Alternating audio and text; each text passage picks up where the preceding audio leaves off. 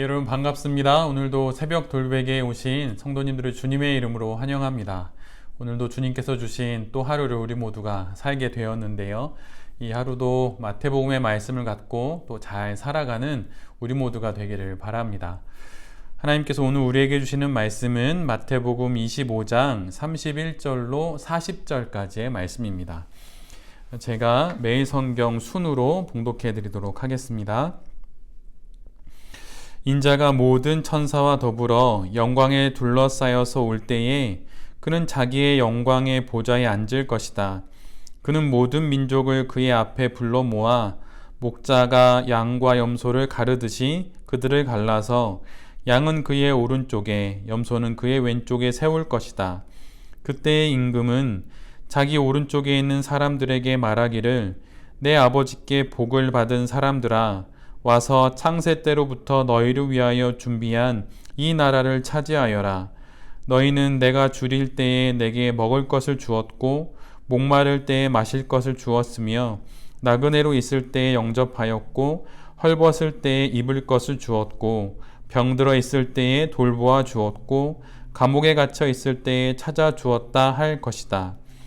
그때 의인들은 그에게 대답하기를 주님, 우리가 언제 주님께서 줄이신 것을 보고 잡수실 것을 드리고 목마르신 것을 보고 마실 것을 드리고 나그네 되신 것을 보고 영접하고 헐벗으신 것을 보고 입을 것을 드리고 언제 병드시거나 감옥에 갇히신 것을 보고 찾아갔습니까? 하고 말할 것이다. 임금이 그들에게 말하기를 내가 진정으로 너희에게 말한다. 너희가 여기 내 형제 자매 가운데 지극히 보잘것없는 사람 하나에게 한 것이 곧 내게 한 것이다 할 것이다. 아멘.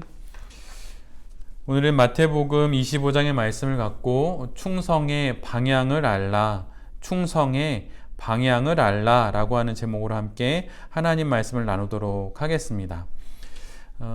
마태복음 25장은 그 앞부분부터 제자들과 함께 성전을 떠나시는 예수님께서 인자가 다시 오실 그 종말에 대한 말씀을 연이어서 해주시는 내용들로 계속 이어집니다. 세 개의 비유, 즉 종의 비유나 처녀의 비유, 달란트의 비유를 통해 그날을 어떻게 준비해야 하는지를 또 그 방법과 평가 기준들을 말씀해 주시죠. 그리고 드디어 그렇게 준비하며 기다린 그때, 즉 인자가 영광으로 오시는 그 날이 도래하게 됩니다. 오늘 본문이 바로 그 날을 말하고 있어요.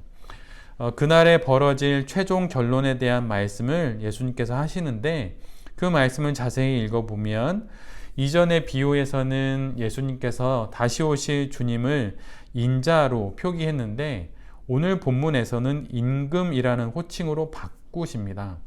왜냐하면 마지막 결론의 자리가 되었기 때문이에요. 이제는 다시 오신 예수 그리스도가 이 땅에 오셨을 때의 상황을 말하고 있기 때문입니다.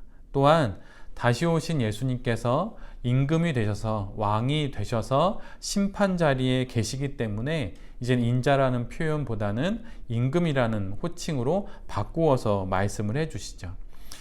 다시 오신 왕이신 예수님은 양과 염소를 목자가 구분하듯이 그렇게 이 땅의 모든 사람들을 구분합니다. 양은 의로운 사람을 의미하고 염소는 불의한 사람을 말하게 되는 것이죠. 그래서 양은 의로운 사람들은 당신의 오른편에, 또 불의한 염소들은 당신의 왼편에 자리하게 합니다. 그런데 예수님께서 의로운 사람들, 그 사람들을 칭찬하시면서 그들을 향해서 가장 먼저 하시는 말씀은 복의 선포를 하십니다. 그리고 그 복을 받는 이유를 예수님은 6가지로 말씀해 주시죠. 그 6가지의 모두는 다 그들의 행동에 대한 말씀입니다. 그들은 예수님이 줄일 때에 먹을 것을 드렸습니다. 그들은 예수님이 목마르실 때에 마실 것을 드렸지요. 그들은 예수님이 나그네로 있을 때에 예수님을 영접하였고 예수님이 헐벗었을 때에 입을 것을 드렸습니다. 그리고 그들은 예수님이 병들어 있을 때에 돌보아 드렸고 예수님이 감옥에 갇혀 계실 때에 찾아가서 예수님을 또 뵙고 그분을 잘 섬겨드렸던 것이죠. 그러자 임금이신 주님의 오른편에 앉은 이들이 자신들이 언제 그렇게 했었냐고 예수님께 묻게 됩니다. 그러자 예수님께서 이렇게 말씀하세요. 내가 진정으로 너희에게 말한다. 너희가 여기 내 형제자매 가운데 지극히 보잘것없는 사람 하나에게 한 것이 곧 내게 한 것이다. 이전의 비유에서 예수님은 종말의 그날을 알 자가 없으니 그날을 맞추려 하지 말고 신실함과 성실함으로 주어진 사명에 충성을 다해야 한다고 그렇게 말씀해 주셨죠. 그런데 오늘 본문에서 예수님은 그 충성의 방향이 무엇인지를 알려주십니다. 충성의 방향은 어디인가요? 그것은 앞에 우리가 함께 나누었던 이야기에 예수님께서 해주신 말씀인데 가장 큰 계명인 하나님 사랑, 이웃 사랑의 방향이 바로 충성의 방향이라고 하는 거예요. 종말의 날 다시 오실 우리 주님 예수 그리스도를 기다리는 그날의 준비는 골방에서 혼자 하는 것이 결코 아닙니다. 그날의 준비는 외딴 곳에서 우리끼리 따로 모여서 하는 것이 아니라는 말씀이에요. 준비가 또 다른 목표가 되어 그 준비하는 것에 매몰되어 그렇게 그날을 준비하는 것이 아닙니다. 충성으로 해야 할 준비는 하나님 사랑과 이웃 사랑이라는 방향으로 해야 하는 거예요. 평가의 기준은 충성이고 충성의 방향은 가장 큰 계명인 하나님 사랑과 이웃 사랑이죠. 하나님을 사랑하고 이웃을 사랑하려면 어디에 있어야 하는 것입니까? 세상의 소금이요, 또 세상의 빛이 되기 위해선 어디에 있어야 하는 것일까요? 그것은 당연히 세상 속에 있어야 하는 것이죠. 외딴 산 속에 그 속에서 빛과 소금이 될 수는 없습니다. 빛과 소금은 사람들 가운데 있을 때 그 쓸모가 있는 거예요. 이단과 사이비를 보십시오. 그들은 결코 세상 속에 있지 않습니다. 그들끼리 따로 모여 있지요. 그러면서 그날을 준비한다고 말해요. 그런데 그것을 통해서는 하나님 사랑, 이웃 사랑이라고 하는 충성의 방향을 결코 잘 맞춘 것이 아니죠. 의인들은 그날을 맞을 준비를 했습니다. 그런데 그날을 맞을 준비를 성실하게 또한 신실하게 했지만 그들은 그들의 일상 속에서 그들의 인생 속에서 하나님을 직접 본 적은 없다고 말해요. 그러나 예수님은 너희들은 하나님을 보았다고, 너희들이 볼 뿐만 아니라 하나님을 먹이고 입히고 돌보았다고 그렇게 말씀하십니다. 주님은 의인들의 6가지 행동의 수혜자가 바로 당신이라고 명확하게 말씀해 주세요. 내가 줄일 때, 내가 목마를 때, 내가 배고플 때, 내가 병들었을 때 이렇게 말씀하고 계십니다. 우리가 잘 알고 있는 캘커타에서 하나님의 신실하고 충성된 종으로 살았던 마더 테레사 수녀가 있습니다. 그녀는 그녀의 온 인생을 그곳에서 가난한 사람들과 아픈 이들을 돌보면서 살았지요. 다시 오실 주님을 기다리며 그는 산속으로 들어가지 않았습니다. 다시 오실 주님을 기다리며 그 마더 테레사는 참으로 신실하게 성실하게 사람들 속에서 그 모든 것을 행했고 그날을 준비하였습니다. 그런 그녀의 삶을 세상이 보고 그녀에게 노벨상을 주기도 하였죠. 그런데 그때 사람들이 모두들 그녀에게 물어보았어요. 어떻게 이 어려운 일을 했냐고. 하루 이틀도 아니라 자신의 평생을 들여서 어떻게 이 고되고 험한 일을 했냐고 물었습니다. 그러자 이에 대해 마더 테레사는 이렇게 말했어요. 어떻게라고 묻지 마십시오. 나는, 그리고 우리는 이곳에서 충분한 보상을 이미 받았습니다. 우리는 이곳에서 예수 그리스도를 보았습니다. 라고 말했습니다.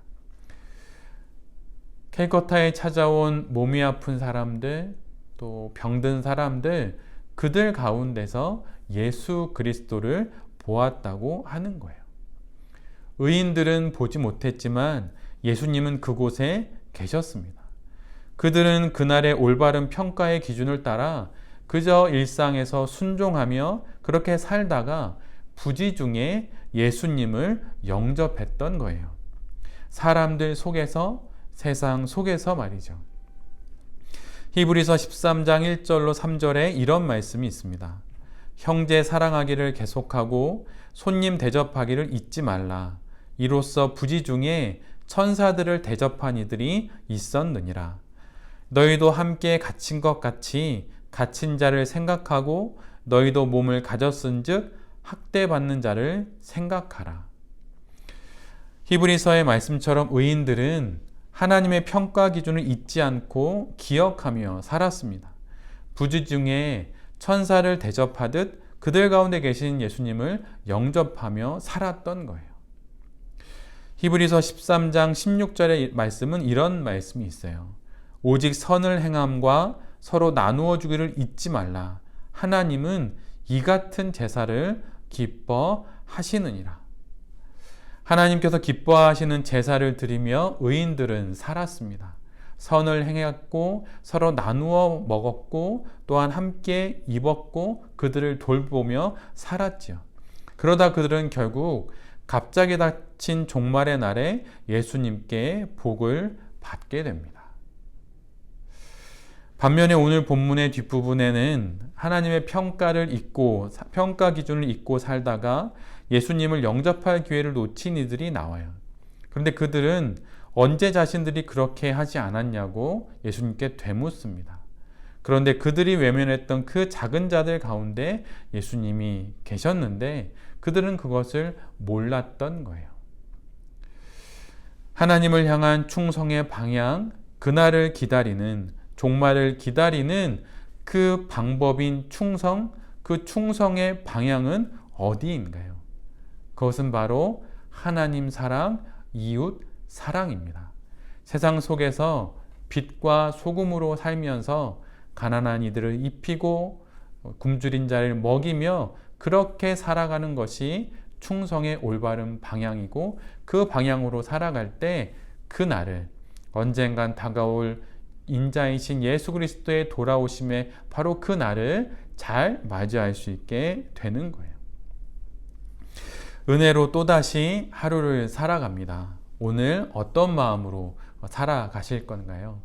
여러 일들을 겪을 수도 있고 또 여러 해야 할 의무와 책임들도 있지만 그 무엇보다 우리가 이 땅에서 하는 모든 신실함과 성실함 그리고 우리의 충성의 방향은 하나님 사랑과 이웃 사랑이라고 하는 것을 기억하며 이 하루를 잘 살아가는 우리 모두가 되기를 바랍니다.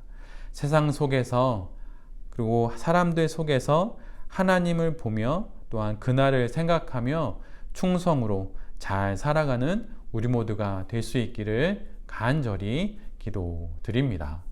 아멘. 제가 기도하도록 하겠습니다. 주님, 그날은 분명 있습니다.